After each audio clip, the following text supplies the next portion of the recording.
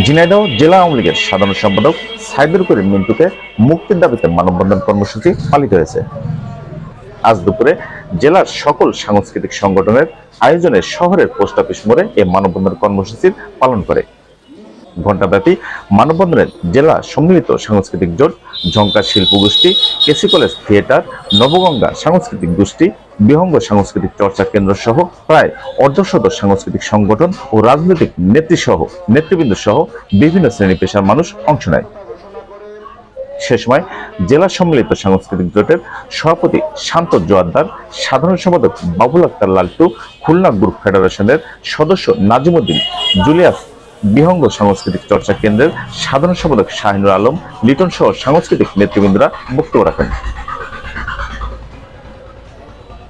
বক্তারা বলেন, জেলা আওয়ামী লীগের সাধারণ সম্পাদক সাইদুর করিম মিন্টুকে ষড়যন্ত্রমূলকভাবে ফাঁসানো হয়েছে। সে এমন ঘটনার সাথে কখনোই জড়িত থাকতে পারে না।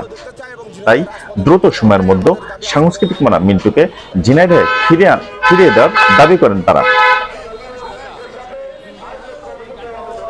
SK Johnny, Jhenaidah.